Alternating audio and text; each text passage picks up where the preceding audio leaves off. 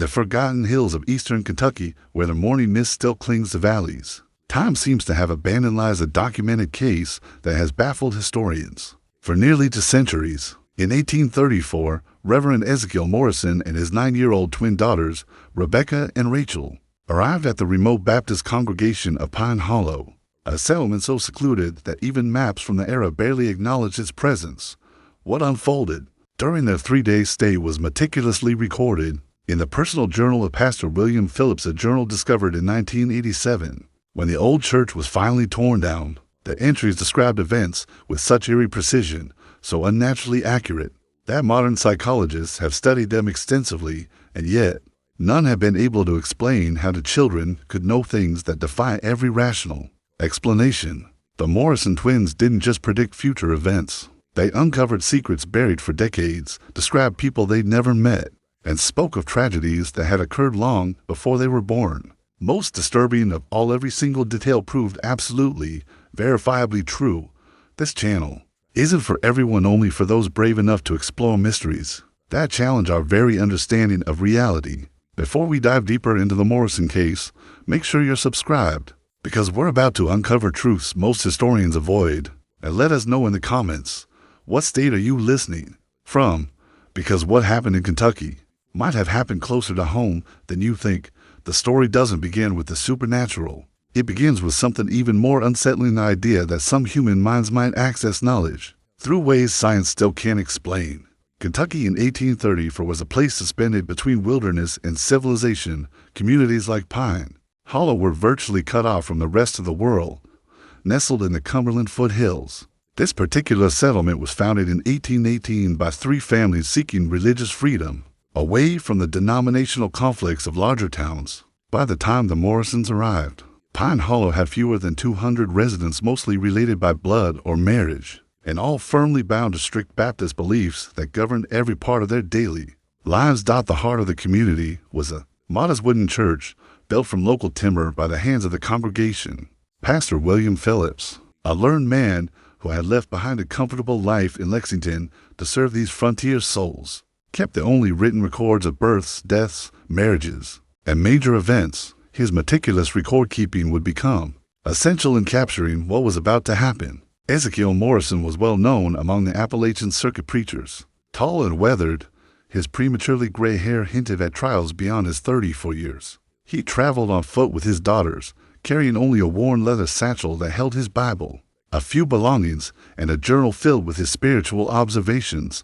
He had been a widower for 9 years, ever since his wife Sarah died, giving birth to the twins during a brutal winter storm that trapped them in their cabin for weeks. Rebecca and Rachel were identical in appearance, but opposite in personality. Rebecca, born just minutes before Rachel, was outgoing and charismatic, her smile warm and her voice brimming with confidence. Rachel, on the other hand, was quieter and deeply observant, always watching, always listening.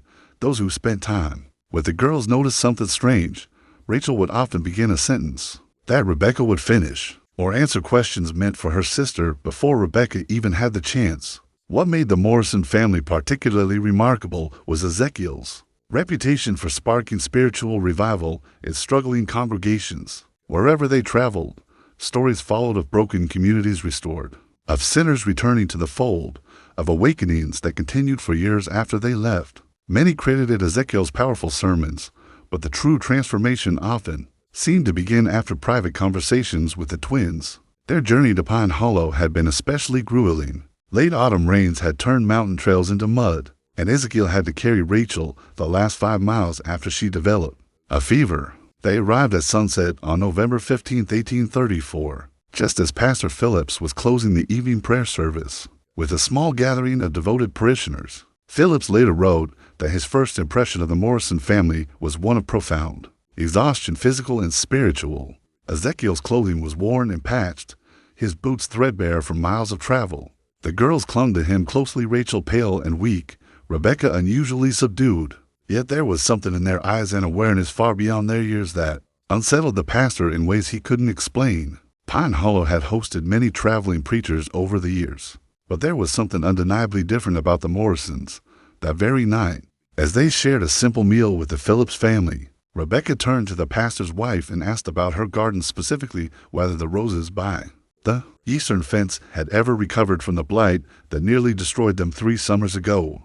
Mrs. Phillips dropped her spoon, staring at the child in disbelief. The blight had, in fact, happened 3 years prior, devastating her beloved roses, but no one outside the community had ever known about it. When asked how she knew, Rebecca simply smiled and said she had dreamed of roses while walking and somehow just knew Mrs. Phillips grew the most beautiful ones in the county. This strange moment, carefully recorded in Pastor Phillips's journal, that same night, would be the first of many that defied everything the community believed about the natural world.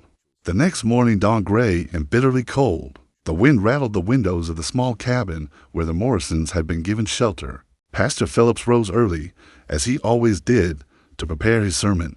But when he entered the main room, he found Ezekiel already awake, sitting silently by the fading embers of the fire. His Bible was open, but his eyes were far away, his face lined with concern.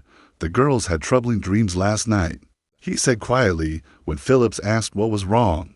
"They often dream of the places we're about to visit, but this time, the dreams were darker."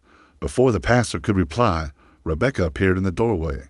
Her hair tousled from sleep, her eyes sharp and focused. "Pastor Phillips," she said in a calm, clear voice, "in your church, beneath the 3rd floorboard from the altar, there's something hidden that shouldn't be there. Rachel dreamed about it, and I dreamed about why it's hidden." A chill ran through Phillips that had nothing to do with the weather. He had, in fact, hidden something in that very spot, a bottle of whiskey, placed there 3 months earlier during a moment of weakness. No one knew. He had convinced himself it was better to resist the temptation daily, rather than rid himself of it altogether.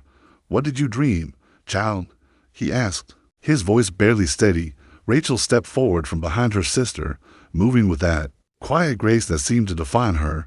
"The bottle is brown," she said softly, "and it's wrapped in a piece of cloth that used to be a baby's blanket, a blue one." Phillips collapsed into a chair, his legs suddenly unable to hold him. The cloth was indeed a scrap from a blue baby blanket, the one that had belonged to his infant son, who had died 5 years earlier. He had wrapped the bottle in it as a grim reminder of the son he couldn't save, and the faith he felt slipping away. Ezekiel watched the pastor with sympathy and a weary understanding. "It started when they were very young," he explained. "At first, I thought it was just a child's sensitivity, but as they grew, their knowledge became specific, impossible to explain. That Sunday service would be remembered by every member of Pine Hollow for the rest of their lives." Ezekiel delivered a powerful sermon, nothing extraordinary for a traveling preacher. But what happened afterward would defy all reason. As the congregation began to leave, Rebecca approached. Samuel Turner, a wealthy farmer, known for his generosity to the church and high standing in the community. She looked up at him with her innocent blue eyes and asked, "Mr. Turner, the money you've been taking from the church collection is not really stealing. If you give it back, is it? Papa says God forgives people who repent."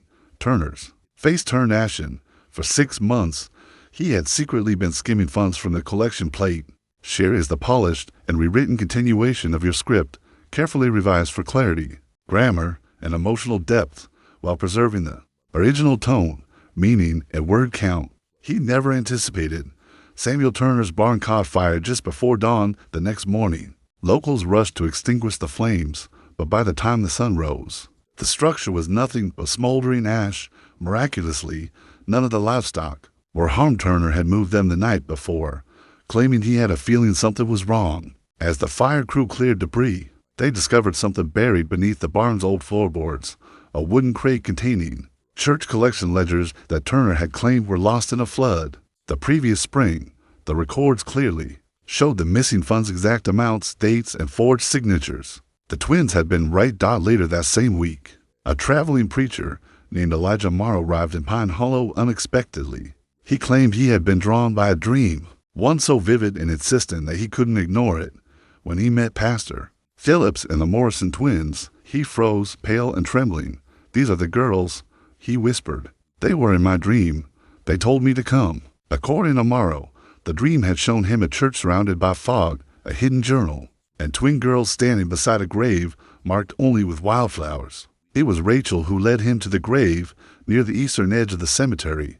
No headstone marked it, only a cluster of violets and a child's carved wooden doll buried half in the soil. "Faith and hope are here," she said softly.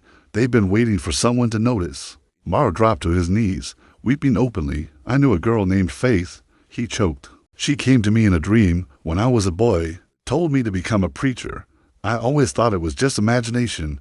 Word of the twins." Revelations began to spread beyond Pine Hollow. Some people arrived out of curiosity, others in search of healing, some hoping to silence the rumors, and everywhere the Morrisons went, patterns repeated, secrets exposed, old crimes revealed, long-dead voices speaking through the dreams of to young girls who never asked for their burden. But Pine Hollow was different. It wasn't just the hidden truths or the murdered family, it was the foundation itself, a sanctuary built on blood. Pastor Phillips found himself drawn to the church late at night, often waking in a cold sweat, certain that someone or something was calling him. One night, he followed that feeling to the altar. Kneeling, he placed his hand on the floorboards. Rebecca had mentioned and began to pray. The wind outside died suddenly. A stillness settled over the church, so complete it felt unnatural. Then, from beneath the floor, came a soft creak as if something or someone had shifted. Phillips pulled up the third floorboard and found nothing but earth. Yet as he dug with his hands, he uncovered something cold and hard, a small silver locket, its chain tangled around a lock of dark hair. Inside was engraved a name, Hope. His breath caught. It matched Rebecca's description exactly. He replaced the board gently, returned to his pulpit, and stared out over the empty pews. They no longer looked comforting, they looked like witnesses, silent, unblinking observers of a century-old horror. The following Sunday, Phillips addressed his congregation with trembling hands. He read from the journal he had discovered, shared the Morrison twins' visions, and, for the first time, told the truth about the Whitman family. He named those involved in the cover-up not to seek vengeance, but to acknowledge that silence had allowed evil to fester beneath their faith. Some wept, some walked out, some stayed behind long after the service ended, kneeling in prayer, unsure of what to believe. But a shift had occurred. The truth, once buried, had begun to breathe again. That night, as the stars shimmered above the hills, Rebecca and Rachel stood outside the church. The wind rustled the leaves softly, and the sisters clasped hands, eyes fixed on the steeple. "They're quieter now," Rachel whispered. Rebecca nodded. "Not gone, but not hurting," from the porch. Pastor Phillips watched them, his heart heavy yet strangely uplifted. For the first time, he felt he had glimpsed something greater than dogma or scripture, something raw and eternal, something holy and terrible all at once. The Morrison family left Pine Hollow the next morning as quietly as they had arrived. They took no payment, asked no favors. Only Ezekiel lingered a moment longer, his eyes scanning the cemetery, the mountains, the church. "Truth," he said to Phillips, "is like fire.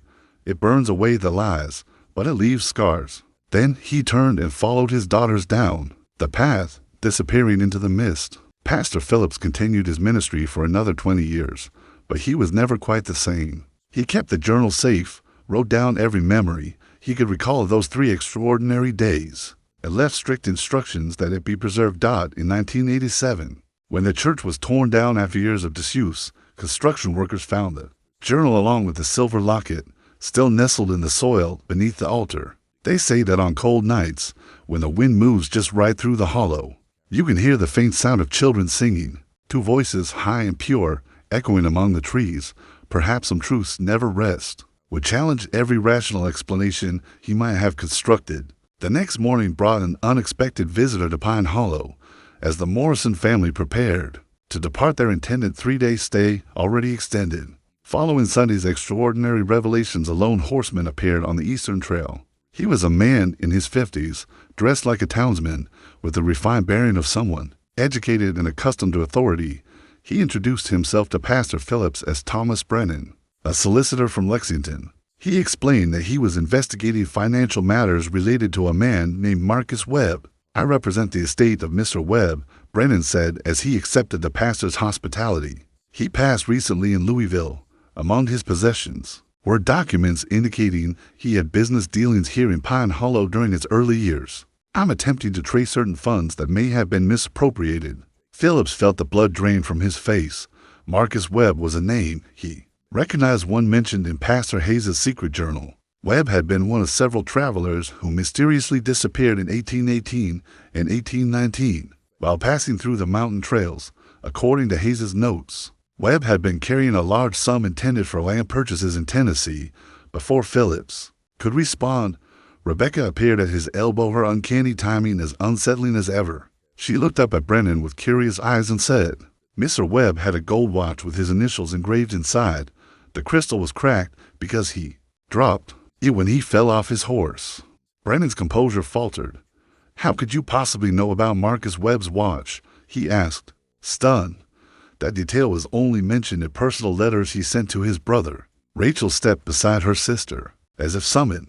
"The watch is buried behind the church," she said quietly, "with his money bag and his horse's bridle. Elder Thompson put them there after what happened on the trail." The implication struck Phillips like a physical blow. If the twins were right, if Marcus Webb's belongings were truly buried behind the church, it would prove the girls had access to knowledge no living soul should have. It would also expose the dark foundation upon which Pine Hollow had been built. Brennan dismounted with urgency. "I insist we excavate the area immediately," he said. "If the girls are telling the truth, we're looking at evidence of robbery and murder." Elder Thompson, who had been watching from a distance, slowly approached. At 73, he was the last surviving member of the original leadership council. His weathered face revealed a blend of resignation and defiance. "You speak of things you don't understand, stranger," he said, voice lined with age and authority. "This community was built by God-fearing folk who did what they had to do to survive in the wilderness. Survival doesn't justify murder," Brennan snapped. "If these allegations are true, then Pine Hollow's founding was criminal."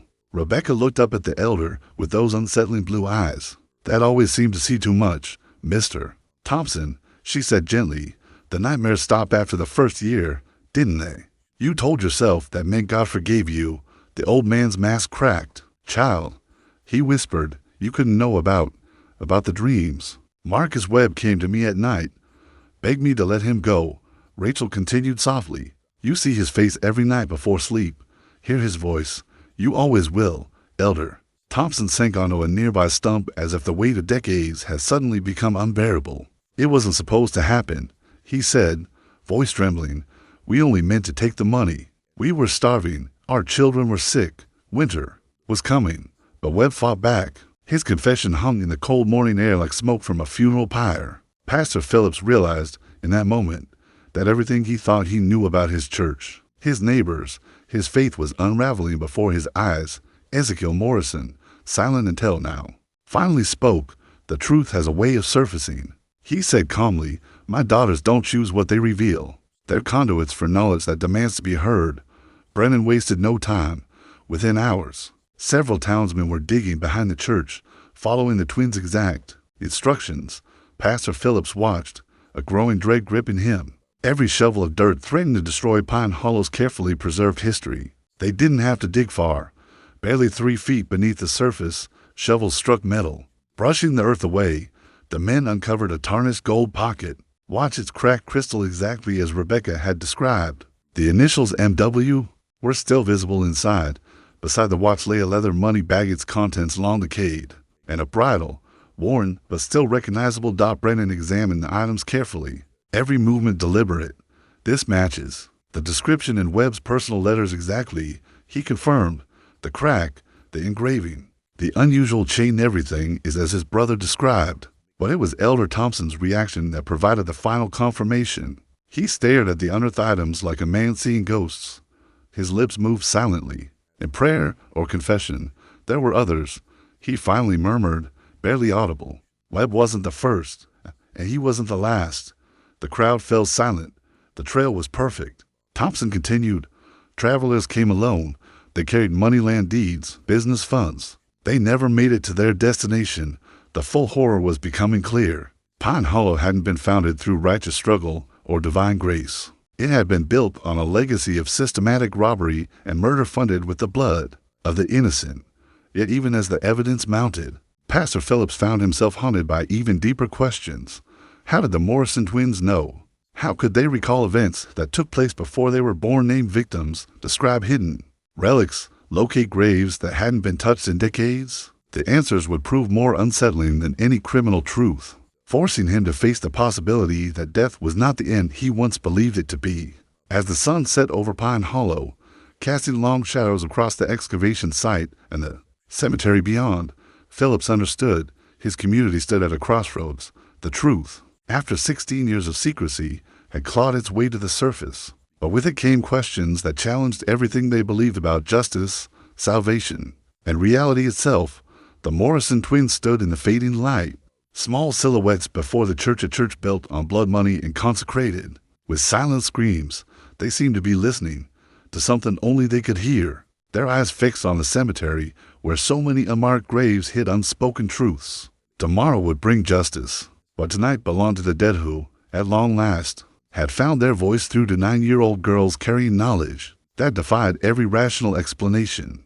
Dawn broke gray and bitter over Pine Hollow. By mid-morning, a delegation had arrived. From the county seat, word of the previous day's discoveries had spread fast. Brennan had wasted no time contacting the authorities. Now the settlement was host to a county sheriff, a territorial judge, and to federal marshals, men who had spent years investigating the disappearances. Along the mountain trails, Judge Harrison, a stern figure with silver hair and piercing gray eyes, established a temporary courtroom inside the church, a grimly fitting choice. Given the building's dark history, the entire community was summoned to what would serve as both hearing and reckoning. Elder Thompson, visibly deteriorating under the weight of his confession, sat in the front pew. Beside him were the other surviving councilmen, their faces hollow, with years of silence, but all eyes were on the Morrison twins. Judge Harrison had begun his day as a skeptic, but after hearing Brennan's report and interviewing the girls separately, even he found himself shaken. Rebecca Morrison, he began, voice firm but curious. Please tell this court how you knew the location of Marcus Webb's personal effects. Rebecca stood before him, small and calm beneath the heavy scrutiny. Faith Whitman told me, she said simply, in a dream. She said the men who killed her family also killed the travelers. She wanted the truth known. And you, Rachel Morrison, the judge asked, how do you know details of events from before your birth? Rachel's voice was soft, almost fragile. The dreams come to both of us. We see what happened. We feel the fear. We hear their last words. Judge Harrison leaned forward. Are you saying you communicate with the dead? Before either girl could answer, Ezekiel Morrison stood. Your Honor, my daughters have never claimed to understand what they experience. They simply describe what they see. I've witnessed them reveal truths across dozens of towns, truths they could not have possibly known otherwise. Sheriff McKenzie, a hard-nosed man focused on facts, stepped forward. Can you tell us how many people were killed along these trails? The girls shared a glance. Then Rebecca spoke. 11 men, over 3 years. Most traveled alone, carrying money. One was a preacher. Rachel added, like Papa. He had gold coins sewn into his saddle. Gas spread through the church. Rachel continued. His name was Samuel Collins. He was going to build a church in Tennessee. His horse was a bay mare with a white star on her forehead. Sheriff McKenzie pulled a battered notebook from his coat. As he scanned a page, the color drained from his face. Samuel Collins disappeared on this route in September 1819. He confirmed, his horse matches your description exactly.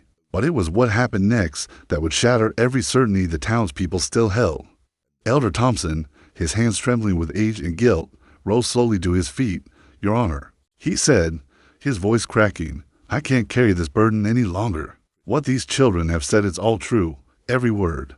But there's more, something worse than the murders we've already confessed to. The church fell deathly silent. Only the wind through the loose boards and the distant cry of a hawk overhead dared to interrupt. The Whitman family, Thompson continued, tears streaming down his weathered cheeks. They didn't just stumble onto our crimes. Jacob Whitman was my brother-in-law. I told him what we were doing, trusted that family loyalty would keep him quiet. But Jacob, he had a conscience stronger than his ties to blood. Pastor Phillips felt the world tilt as Thompson's confession unfolded before the stunned congregation. Jacob threatened to expose us, Thompson said. He demanded we make restitution to the victims' families, said if we didn't, he'd ride to Lexington himself and report us to the territorial authorities. We couldn't let that happen. Too many people depended on what we had built. His voice dropped to a whisper. On the night of December 21st, 1818, we followed Jacob, Mary, and the twins to the church. He thought sacred ground would protect them. But we were desperate men, with everything to lose. Rebecca had grown still, as stone, her pale face resolute. "Tell them about the babies," she said quietly. Thompson collapsed back into his pew, sobbing. "Dear God, how could you know about the babies?" Judge Harrison leaned forward sharply. "What babies? Explain yourself." "Mary Whitman. She was 8 months pregnant." Thompson choked out. "Twins. The doctor said they might have lived if we'd sought help instead of—" He couldn't finish. Rachel stepped forward, her soft voice cutting through the silence like a knife. "That's why we see everything so clearly. Faith and Hope Whitman weren't the only children who died that night. Their unborn sisters died with them, for souls, all crying out for justice." A stunned murmur passed through the crowd. If Rachel's claim was true, if the twins were channeling not just the dead, but the unborn, the implications upended everything the congregation believed about the soul, salvation, and the afterlife. Dr. Hayes, the community's long-serving physician, stood slowly. "I helped with the burial," he admitted. We found signs of the pregnancy, but we told ourselves the babies hadn't yet drawn breath, that they didn't need proper rites. Every soul matters to God, Ezekiel Morrison said firmly, no matter how small, no matter how brief. But Judge Harrison was focused on justice in the present. "Mr. Thompson," he said, "are you confessing to the murder of Jacob Whitman, his wife Mary, their twin daughters and the unborn children?" "I am," Thompson replied, his voice a hollow echo of itself. "And to the murders of 11 travelers. We're all guilty, me, Samuel Bradford, and Marcus Perry. We planned it. We carried it out. We've hidden it for 16 years. The 2 men named in his confession sat in frozen silence, their faces drawn and colorless, men broken by the weight of unspoken guilt. Sheriff Mackenzie stood, preparing to arrest the trio, but Judge Harrison raised a hand. "Before formal charges," the judge said, "I need to understand something far more disturbing. How could these children possibly know details that were never recorded, never spoken, never shared?" Rebecca looked up at him, those unsettling blue eyes unflinching. "Some truths are too big to stay buried forever," she said. "The Whitman sisters and their unborn siblings have waited 16 years to be heard." Judge Harrison pressed on. "But how? What allows you to hear them? How is it possible?" Rachel stepped forward to stand beside her sister. "We don't understand it either," she said honestly. "Since we were little, we've had dreams about people we've never met, places we've never been. Papa says Mama had the gift of second sight, but ours is different." "In what way?" the judge asked. The girls exchanged one of their strange, knowing glances. Then Rebecca answered, "Mama could feel people's emotions, their secrets and thoughts. But we see echoes. We see what lingers when tragedy spills innocent blood." Ezekiel Morrison placed a hand on his daughter's shoulders. "Your Honor," he said, "I've spent years trying to understand their gift. Ministers, doctors, scholars, none can explain it, but all have witnessed it. The accuracy, the clarity, it's beyond reason." Judge Harrison was quiet for a long time. Then he asked, "Miss Rebecca, Miss Rachel, if you truly possess this insight, can you tell us where the bodies of the other victims were hidden?" A hush fell across the church. The air itself seemed to hold its breath. Rebecca closed her eyes, as if listening to something distant. "Some are in the old mine shaft, east of town," she said softly. "Others were thrown into Devil's Creek, where the water runs deepest. But three are under the church floor, their bones mixed with the foundation stones." The crowd gasped in horror. Pastor Phillips reeled. For years, he had offered sacraments and preached salvation above those very bones. The realization struck like a blow. Sheriff Mackenzie looked to the judge. "We'll need to excavate the church itself." "And we will," Judge Harrison said. "But first, I want the full truth. Elder Thompson, what was done with the victims' possessions? Where did the money go?" Thompson gestured weakly to the building around them. "Everything went into this place. The church, the school, the mills. It was all built with blood money. We told ourselves we were creating something good from something evil, that God would forgive us if we used the gold for righteous purposes." "And the victims' families?" Judge Harrison asked. "Did any of you stop to think about them?" It was Rachel who answered, her voice heavy with sorrow. "Marcus Webb had a wife, Elizabeth, and 2 sons. Samuel Collins was engaged to a woman named Catherine. She waited for him until she died of consumption 3 years later. Most of the others had families who never stopped grieving." The level of personal detail was staggering. The girls didn't just recall names or locations, they spoke as if they knew these people, carried their pain. Judge Harrison stood. This court will recess. Sheriff Mackenzie will oversee the excavation of the church and search the sites identified by the Morrison girls. Elder Thompson, Samuel Bradford, and Marcus Perry are to remain in custody. As the three were led away in shackles, the congregation began to disperse, shocked and silent. 16 years of lies had crumbled in one morning. Pine Hollow's foundation was revealed not as sacred stone, but blood and betrayal. But for Pastor Phillips, the questions that remained were far more disturbing. How could 9-year-old girls know what no one else could? What did it mean for the nature of life and of death? The Morrison twins stood quietly as the crowd cleared. They looked small, impossibly small, under the weight of what they had revealed. Papa, Rebecca said softly, can we go now? The voices are getting louder. It's hard to tell them apart. Ezekiel pulled them close, worry etched deep into his face. Soon, he promised. But first, we must help these people understand. By midday, the sun stood high over Pine Hollow, casting sharp shadows across the church cemetery and the site behind it, where long-buried truths were finally being unearthed. The excavation of the church floor took 3 days, under Judge Harrison's watchful eye. Sheriff Mackenzie's team carefully removed the planks and dug into the hardened earth beneath the sanctuary. What they uncovered confirmed every one of the twins' claims. 3 skeletons lay beneath the church, their bones tangled with the very stones on which the pulpit stood. Personal effects found with the remains matched long forgotten missing persons reports. A gold ring with the initials JP belonged to Joshua Patterson, a land surveyor lost while mapping state boundaries. A silver-handled knife was identified as William Morris's, a merchant whose family had searched across 3 states. But the third skeleton offered the most chilling proof. Around the neck lay a distinctive copper cross described in heartbreaking detail by the family of Robert Chen, a traveling minister who had vanished while carrying donations for a new church. Piece by piece, the horror became undeniable. This had not been a single moment of desperation. It was a campaign of violence, strategic, repeated, and cloaked in sacred silence that spanned years. And now, at last, the dead were speaking. Judge Harrison, his silver hair appearing noticeably grayer after days of grim testimony, addressed the reassembled community on the morning of the 4th day. He stood before the congregation in the church that had once symbolized unity, now revealed to be the heart of a dark legacy. The evidence before this court is overwhelming, he declared, his voice somber and resolute. Between 1818 and 1820, 11 men were murdered along these mountain trails. The perpetrators stole their money and used it to establish this settlement. When the truth came close to exposure, they murdered the Whitman family to protect their secret. Elder Thompson, Samuel Bradford, and Marcus Perry stood in shackles before the court, their faces hollow and gray, bearing the toll of years spent under the crushing weight of guilt. None expected mercy. At their advanced ages, they knew they would never see freedom again. But the most disturbing element of these crimes, Judge Harrison continued, is not their brutality but their deliberateness. These were not crimes of passion or desperation. They were systematic, planned.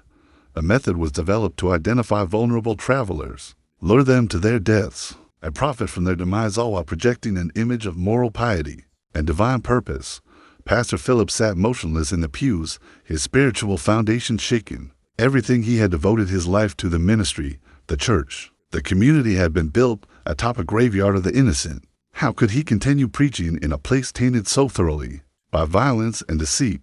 It was the Morrison twins who provided the most profound reflection on the spiritual implications of Pine Hollow's crimes. Judge Harrison, Rebecca said, her young voice rising clearly above the hush of the room, may we speak about forgiveness? The judge looked down at the 9-year-old girl with a mix of awe and respect. Over the last 3 days, she and her sister had revealed truths no living person could have known. He had learned to weigh their words with utmost seriousness. Of course, child, he said gently, what would you like to say? Rebecca and Rachel walked to the front of the church, standing beneath the wooden cross that had hung over 16 years of sanctified lies. Rebecca spoke first, her voice unwavering.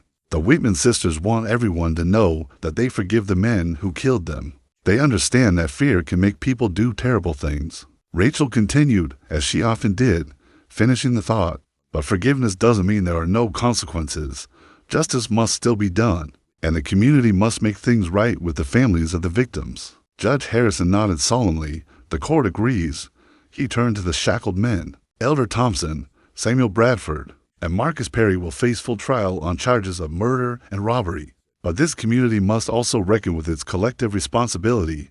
The church, the homes, the roads were all built with stolen lives. Ezekiel Morrison, his face lined with weariness and wisdom, stood to speak. Your Honor, Scripture tells us the sins of the fathers need not be visited upon the children. If the children choose righteousness, Pine Hollow can find redemption, but only through confession, restitution, and true repentance.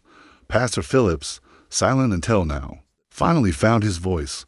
The church must be reconsecrated, he said firmly. We'll exhume and bury the remains found beneath its floor with proper ceremony. We'll seek out the families of the victims, compensate them as best we can, and create a memorial so these crimes are never forgotten.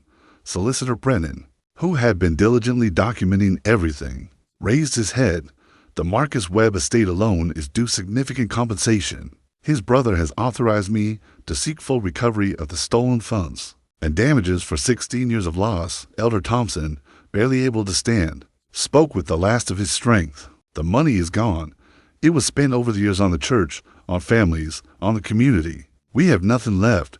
Then the community must bear the burden, Judge Harrison declared. The buildings constructed with stolen funds will be sold. The proceeds will go to the victims' families. Pine Hollow, as a settlement, will be formally dissolved. A wave of shock rippled through the church. The judgment hit like a thunderclap. Families would lose their homes. Children would be uprooted. The elderly displaced. A generation of life dismantled and done by crimes buried for too long. But it was Rebecca Morrison who delivered the final, most chilling revelation. Judge Harrison, she said, her voice as clear as a bell, there's something else you need to know. The church held its breath. The crimes didn't stop in 1820. The wind whistled softly through loose boards. Thunder rumbled far off in the hills. What do you mean, child? The judge asked. His voice was steady, but his eyes betrayed fear. Rachel joined her sister at the front, the mine shaft where some of the bodies were thrown. It wasn't just a place to hide the past. People are still disappearing along these trails. Sheriff McKenzie sat up straighter. Are you saying there have been recent murders? Not by the same people, Rebecca replied. The original killers are too old now, but others learned from them. They learned the methods, the places, the ways to make people vanish. That knowledge didn't die. It spread. The crowd gasped. If she was right, Pine Hollow's legacy was not just one of past horrors, but of ongoing danger. The violence had evolved into tradition. Judge Harrison stood, his jaw clenched. Sheriff McKenzie, expand your investigation immediately. If recent crimes are tied to this place, we'll uncover every one of them. As legal proceedings resumed, the Morrison twins stood silently together. Their burden finally lifted. They had been the instruments of truth, the voices for the silenced. And now their task in Pine Hollow was complete. Ezekiel Morrison gently pulled his daughters close, his relief evident in the way he held them. Are you ready to leave this place? He asked softly. Rebecca looked around the church one last time, her eyes sweeping across the weathered walls, the empty pews, the broken faces. The voices are quieter now, she whispered. Faith and hope can rest. Rachel nodded and took her sister's hand. But there will be other places, other voices. Papa, she asked, her voice full of the sadness she couldn't yet name. Why do we have to carry all of it? Ezekiel knelt, bringing himself to their level. His voice was gentle, but firm. I don't know, little ones, but I believe God gives the heaviest burdens to those strong enough to carry them. Maybe your gift serves a purpose bigger than any of us can see. As the Morrison family packed their wagon to leave Pine Hollow, Pastor Phillips stood watching. He didn't yet know whether he would stay or go. Part of him longed to flee from the place forever. But watching the two girls, tiny prophets, walking hand in hand into a wider world, he felt something. He hadn't in days hoped if two children could confront such horror and still offer forgiveness, perhaps redemption was possible, even in a place like this. 3 weeks later, Pine Hollow was a ghost town. The church had been dismantled, board by board, its timbers and beams sold to fund restitution for victims' families. The once thriving settlement lay in ruins, its residents scattered across Kentucky and Tennessee, haunted by the knowledge that their home had been founded on blood. But across the region, in churches and cabins and courthouse halls, a new story began to spread, the story of twin girls barely 9 years old who spoke for the dead. Some dismissed it as frontier superstition, others whispered it was divine intervention. But for those who had seen them, who had heard the dead speak through their innocent voices, there was no doubt justice had come to Pine Hollow, and the Morrison twins were not finished. Wherever truth lay buried, they would find it. The report on the Pine Hollow investigation stretched to 47 pages, meticulously documenting crimes that spanned more than 2 decades. Its final paragraph would be quoted in legal texts. For generations to come, this case challenges our fundamental assumptions about the nature of justice, truth, and the persistence of moral accountability beyond the grave. Though science could not explain the source of the Morrison children's knowledge, the accuracy of their testimony remained beyond dispute. Perhaps some truths are simply too important to stay buried forever. Pastor Phillips eventually relocated to eastern Tennessee, where he founded a new ministry and spent the rest of his life helping communities confront hard truths and seek genuine redemption. Yet he never forgot those 3 days in Pine Hollow when 2 9-year-old girls shattered 16 years of carefully constructed lives with knowledge no living person should have possessed. The mystery of Rebecca and Rachel Morrison's abilities was never solved. The medical experts of their time had no framework to understand such impossible insight, and religious authorities remained divided, some believing their gift was a divine blessing, others suspecting something far more complex. But what no one ever disputed was the accuracy of their revelations. Every claim they made about Pine Hollow's dark past proved true. Every hidden location they named revealed the evidence they promised. Every secret unearthed was later verified through independent investigation. Yet perhaps the most disturbing part of their story isn't what they exposed about the past, but what they implied about justice itself. If the dead truly cannot rest, while their killers remain unpunished, if innocence can somehow reach across death to demand accountability, then our understanding of consequence may extend far beyond the limits of earthly life.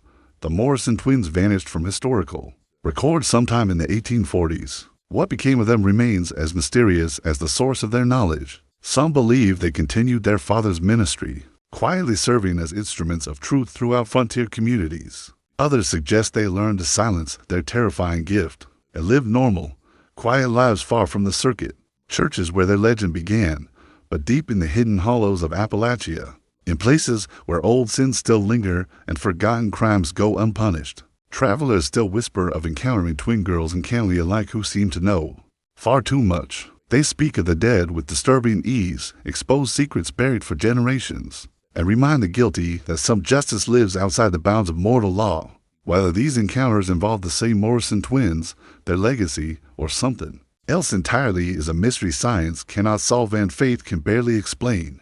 But what we do know is this: truth, like energy, can neither be created nor destroyed.